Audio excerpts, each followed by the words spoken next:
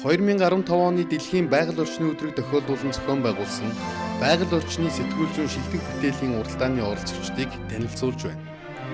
Орон нутгийн тусгай хамгаалалтай газар нутаг сэдвээр чөлөөт сэтгүүлч Лавгсран, тусгай хамгаалалтай газар нутаг нэвтрүүлэг, 100-ны мэдээ сонин сэтгүүлч Солонго, цагаан дилийн агуйг төрийн хамгаалтанд авъя, чөлөөт сэтгүүлч Даштилэг, нийслэлийн иргэдийн төлөөлөгчдийн хурал нэг гараараа хийсэн ажлаа нөгөө гараараа нурааж байна. Шууд мэдээллийн сайт, сэтгүүлч Наран Дэлгэр, игшнэр хэмжигдэх ам, эх орны дуудлага.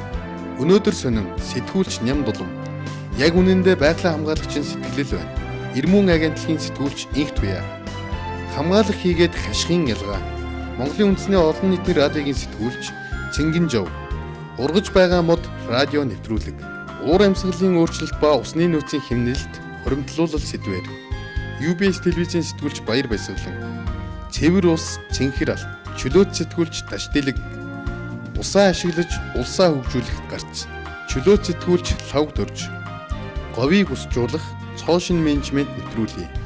VIP эксперт сэтгүүлч Даваа Дөрж, улс төрчсөн ус, Ирмүүн агентлагийн сэтгүүлч Инх Туяа, Наран булгийн Дэмжихэн, засгийн газрын мэдээ сонин сэтгүүлч Оюун Цэцэг, дасан зохицгүй ба эрсдлээ тооцох цаг, засгийн газрын мэдээ сонин сэтгүүлч Оюун Цэцэг, усны инженерүүд гучуулаа болжээ.